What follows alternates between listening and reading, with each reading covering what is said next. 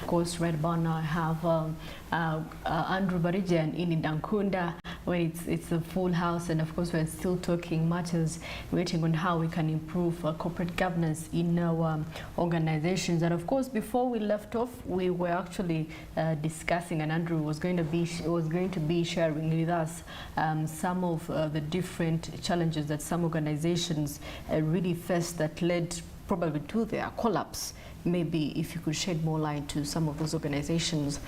Yeah, it's quite a huge aspect in here, and you come to realize that most of them are rotating onto the aspect of transparency. I mean, corruption, which is running all the way state. And still, when you take a look at further on the report, it portrays out more of, because I see more of energy companies, telecommunication companies, and surprisingly airline companies. You know, so that is very upset from that. But of course, this is all as a result of having weak corporate governance structures, and I think this also would present us a window to understand what sectors actually need more focus. I'm not saying all sectors in Africa don't need focus, but at least the sectors where corporate governance is finding challenges to persevere.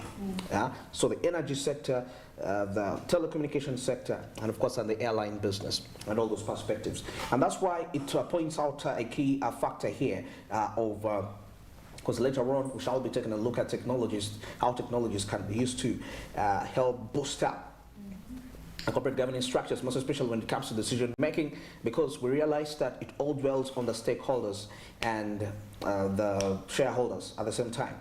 Well, if you list here, if I may take a look, South African Airways, this was back in 2019. The Airways was placed under state capture, that is by the South African government. The reason was the government was able to exert undue influence on the airline's operations. Of course, they were put to a standstill. That was a year before we went into the COVID-19, and which led to a number of governance issues, including corruption, mismanagement. Yes, and in 2020, the airline was forced to go into business rescue. So you can see the impact when it comes to the figures. Exactly, I mean, during that time when scandals happen, and it's all traced way back to that, how much impact financially it comes back to the company, and to recover that is quite work. It will call for more investment to get back to that level. Now, of course, Kenya Airways is not any different, way far from this. This is in 2019 still. The Airways reported a loss of about 107 billion Kenyan shillings.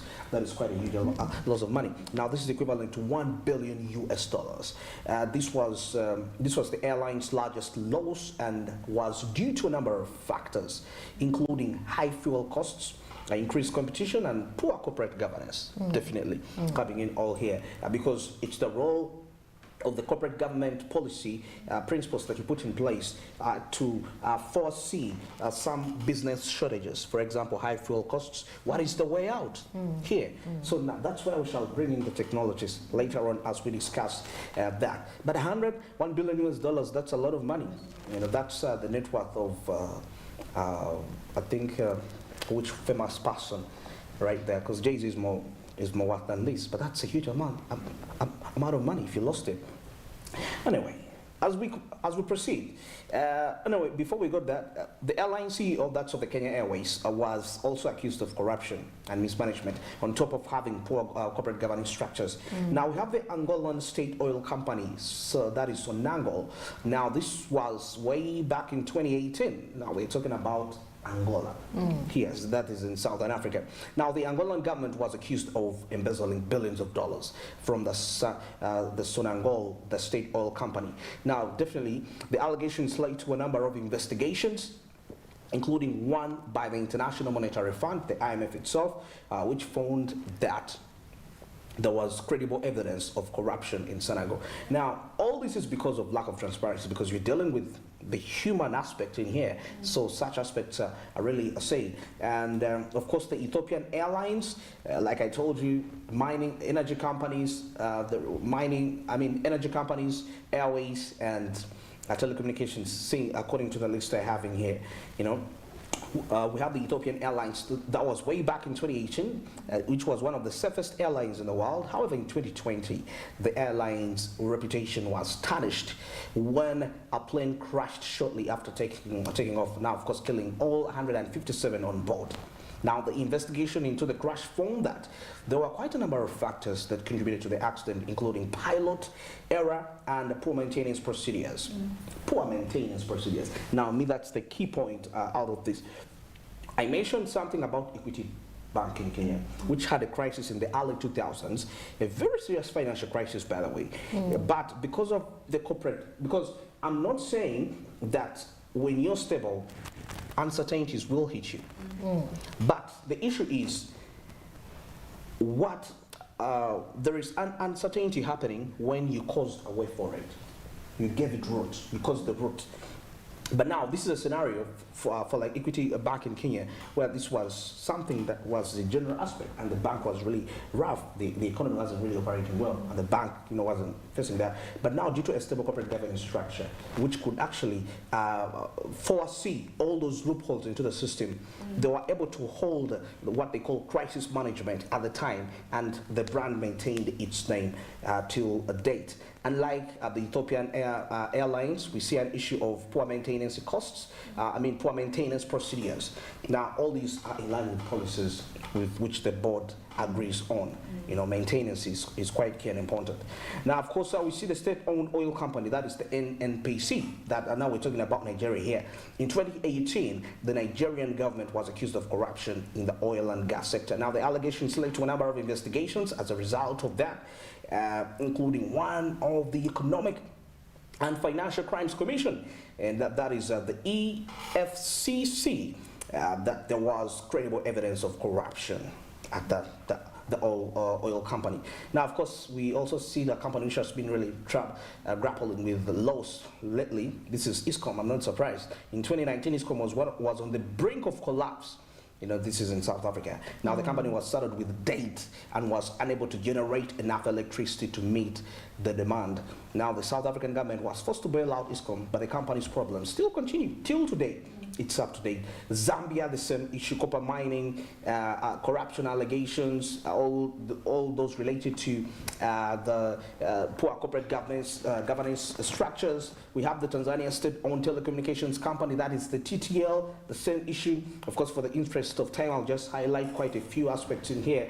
And of course, the Ugandan state-owned telecommunications company recently, that is the UTL in 2019, which was accused of mismanagement, and the allegations led to a number of investigations as a result of that, including one of the Inspectorate of Government of Uganda. Now, the IGG found that there was credible evidence of mismanagement of funds at Uganda Telecom. Of course, it was replaced with UETL, which is currently running that. But of course, these are just a few examples. There are many more which are not documented, which are not on record.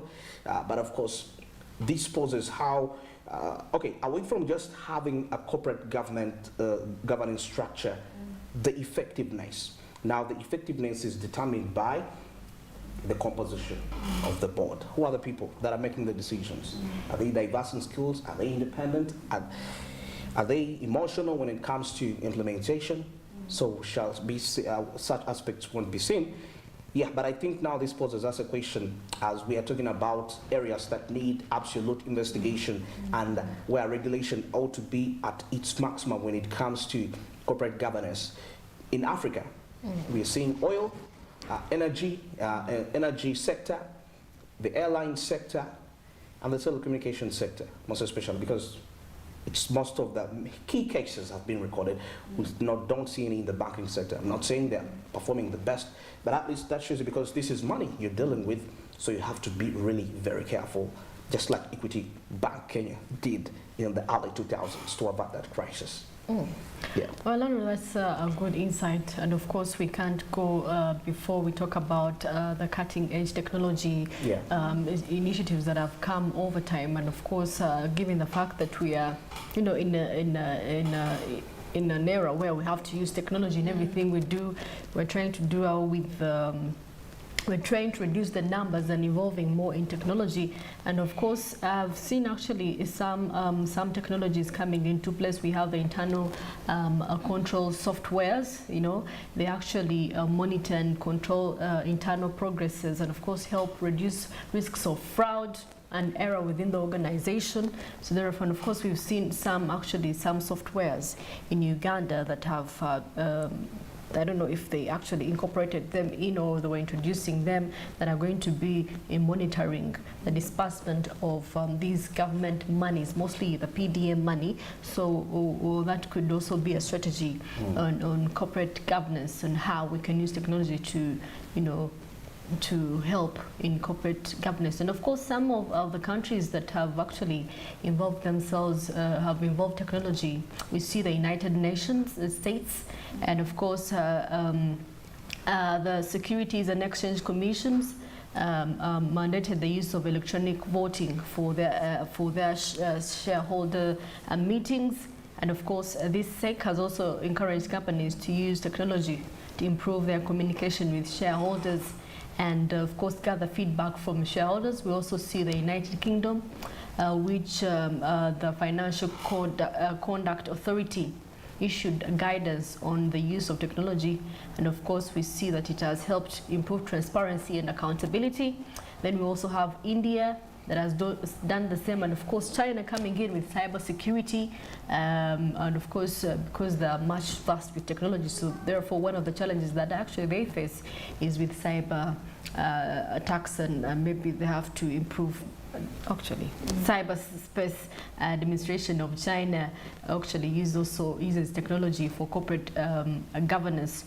So those are some of the countries that have really used technology for their corporate governance. And of course, we have AI coming into place, and therefore much more softwares have come so that we can actually find a proper way of doing business within organizations. Yeah. Yeah. And actually, when we talk about the cutting-edge technologies that are doing that, artificial intelligence is taking really a lead as a result of that. I was saying something that one of the reasons that's why we see TikTok being at the level it is the algorithms that are put onto it, which make it a little bit unique platform from that perspective. Now, because in our discussions, we've been taking a look at, because when we now take a look at the financial aspect of side, I mean the financial side of the businesses, shareholders in terms of making business decisions, because sometimes the board composition itself might have its own issues, because at some point some decisions have an interest aligned to that, which is not logical, you know, because with logic it's more mathematical, you know, it's not about. Now, here with AI, I mean, we are able to make a decision based on quite a number of factors. Because with artificial intelligence, there is the aspect of data science, and with data science, that means an entity has to invest a lot in research, gather information. Now you've gathered that information, you have it, that is for your company, you've made extra research. How are you, and you're building this system, you know, you've built this application, but then for that application to be much more effective in terms of decision making in terms of what commodity to sell at what time and to who to sell it, it will come with you being able to connect. You have to connect to the system, to the world system. So that means internet connectivity comes into play. Now, talking about AI, to add on to what Andrew has said here, AI has got the capacity to help you to analyze vast data sets. You're able to look at many things. Talking about the board of directors that you just talked about, them not being that effective to what you want. AI is able to help you to come up with I would say a strategy. You come up with something that could help you to improve on the effectiveness, or to raise the concerns and how to go about them. Then another thing AI could do is risk management. It's important in any business or organization, risk management. So it's able to identify a problem or identify a risk for you. Then it also gives you the assessment. Because you know, when you're handling risks, you need to assess. After identifying, you need to assess impact, assess everything. So after doing that assessment, it will also provide the possible solutions or the ways in which you could mitigate these risks. Now, talking about the companies that you just listed, most of them, I would say they do not look into they don't make those the forecasts and all that. Yes, because if you're able to tell and be like, this is going to take me here. Now AI is in position to help me identify the, those matters and issues. Yes. So I feel like companies and organizations in general, they should adopt or try and find ways of try to use these modern technologies, the current trends, because even in business, AI is able to tell you what's trending. Yes, it gives you those trends and anomalies. So you're able to know what am I to deal in a particular season and how am I going to get it. Helps you, it gives you that insight. Actually, you mentioned something about forecast with the companies we listed down here, especially in Africa. And there is something very key that if you have these systems that are able to detect, forecast the future, and when you get the forecasted future, you're able to tell the actual figures that, hey, I need to make $1 billion around this time around. That means you will have to know, what do I have to do to make sure that I achieve this target? And now this will come back to the decisions you take today when it comes to the people you work with. And AI of late can also actually be able to tell people's behavior, whereby you can know who your employers are by what they text, by the things, the discussions. Of course, they may not be audible discussions, but of course what you text, a lot, the voice notes you send, discusses a lot about you. So it's very important to be very careful how you relate. I mean, it can kind of, but anyway, we are not yet there in Africa, but of course it's where we shall be heading, whereby you are the manager and you know what your employees think about you, and are they really, and you'll know who is really ready and who is committed to take the company to make the company achieve its desired visions and goals. Well, of course, quite interesting insights that we've had about corporate governance.